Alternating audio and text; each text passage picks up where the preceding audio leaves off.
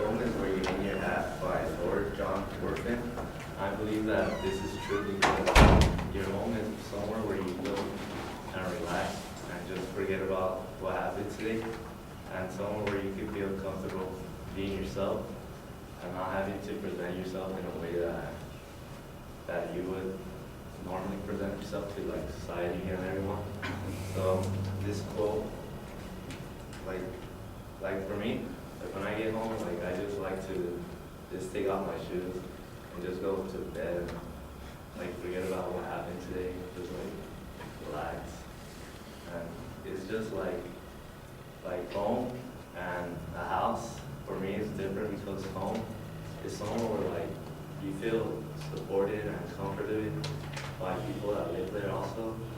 And a house is just like somewhere that you feel like you have to set yourself to another like image to like if it was like outside as to like so other people will view you like a different way. But home is where you just stay there and just be yourself and relax.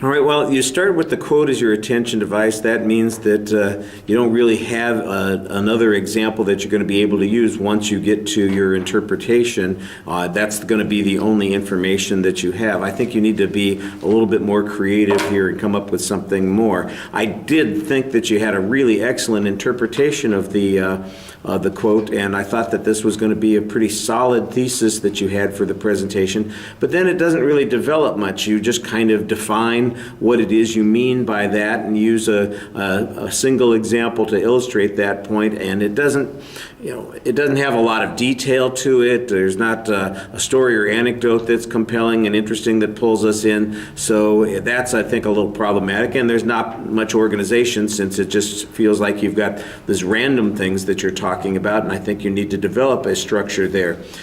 Presentation-wise, you need to project your voice a little bit more. You need to be in more control. You need to assert yourself over the audience, and you're not doing that. It's almost passive. There's a little bit of variety in your voice, but the same sort of thing. You need to bring your energy level up and be a little bit more engaging.